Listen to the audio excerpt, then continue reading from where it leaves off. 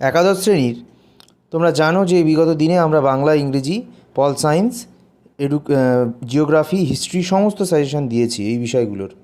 এবার আমরা আজকের এই ভিডিওতে শুভ ক্লাসেস স্টাডি ইউটিউব চ্যানেলে একাদশ শ্রেণীর ফিলোসফি অর্থাৎ দর্শন সাজেশন দেবো।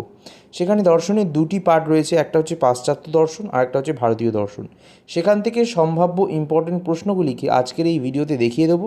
তাই ভিডিওটি সম্পূর্ণ প্রথম থেকে শেষ অবধি দেখবার অনুরোধ রাখলাম প্রত্যেকটি একাদশ শ্রেণীর পরীক্ষার্থী বন্ধুর কাছে। আর অবশ্যই যে সমস্ত ছাত্রছাত্রী বন্ধুরা নতুন আমাদের এই চ্যানেলের এই ভিডিওটি দেখছো তারা অবশ্যই সাবস্ক্রাইব করে নেবে, এবং যারা পুরানো সাবস্ক্রাইবাররা রয়েছো, ফ্যামিলিরা রয়েছো, তারা অবশ্যই ভিডিওটিকে তোমাদের বন্ধুর মধ্যে, নতুন বন্ধুদের মধ্যে শেয়ার করে দেওয়ার অনুরোধ রইল তোমাদের কাছে। প্রশ্নগুলো একে একে দেখে প্রথম থেকে শেষ অবধি টুকে নাও।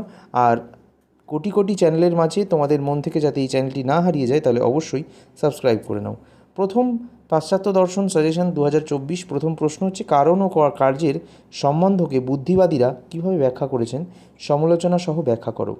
2 নম্বর প্রশ্ন, লৌকিক বস্তুবাদ বলতে কী বোঝো, এই বক্তব্য সমালোচনা সহ ব্যাখ্যা করো। 3 নম্বর প্রশ্ন, প্রতিবাদীরূপী বস্তুবাদের দার্শনিক বক্তব্যগুলি উল্লেখ করো এবং এই বক্তব্যগুলি কতটা সন্তোষজনক। 4 নম্বর প্রশ্ন, ভাববাদ কাকে বলে, বার্কলের আত্মগত ভাববাদ সমালোচনা সহ ব্যাখ্যা করো। লক তাঁর প্রতিরূপী বস্তুবাদে মুখ্য গুণ ও গৌণগুণের মধ্যে পার্থক্য কীভাবে ব্যাখ্যা করেছেন, এই পার্থক্য কি গ্রহণযোগ্য। 6 নম্বর প্রশ্ন, জানা ক্রিয়াপদটি কয়টি অংশ, কী কী, প্রত্যেক প্রকারের উদাহরণ সহ আলোচনা করো। 7 নম্বর প্রশ্ন, বাচনিক জ্ঞান কাকে বলে, বাচনিক জ্ঞানের কয়টি শর্ত আলোচনা করো। জ্ঞানের উৎপত্তি ও স্বরূপ সম্পর্কে দেকার্তের মতবাদ সমালোচনা সহ আলোচনা করো। 9 নম্বর প্রশ্ন, জ্ঞানের উৎস সম্পর্কে কান্টের বিচারমূলক অভিমত ব্যাখ্যা করো। 10 নম্বর প্রশ্ন, হিউম কেন কারণ ও কার্যের মধ্যে আবশ্যিক সম্বন্ধ স্বীকার করেননি, এই মতবাদ কি গ্রহণযোগ্য। একাদশ শ্রেণীর ভারতীয় দর্শন থেকে এবার সাজেশান দেওয়া যাক তোমাদেরকে।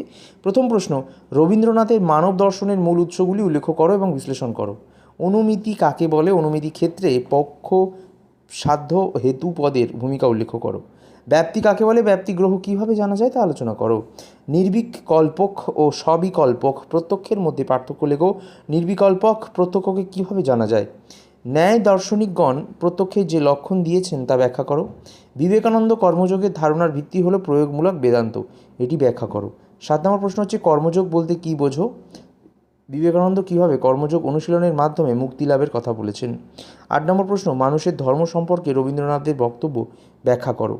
বন্ধুরা, ফিলোসফি সাজেশন তোমাদেরকে আমরা দিয়ে দিলাম। 8 মার্কসের প্রশ্নগুলো যত ছিল। এবার তোমাদেরকে বলি, বিগত বছরের কিন্তু এই প্রশ্নগুলো আসেনি, তাই এবছর অত্যন্ত গুরুত্বপূর্ণ। নিশ্চিন্তে থেকো, পরীক্ষার সব কমন পাবে। এবং তোমাদের একাদশ শ্রেণীর ফাইনাল সাজেশন 2024 এই দর্শন সাজেশন একদম উত্তর সহ পিডিএফ দেওয়া রয়েছে ডিসক্রিপশন বক্সে, তোমরা ডাউনলোড করে নিও।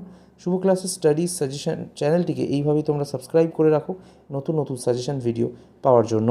একাদশ শ্রেণীর পরবর্তী কোনো একটি ভিডিওতে দেখা হচ্ছে পরবর্তী কোনো সাজেশন নিয়ে।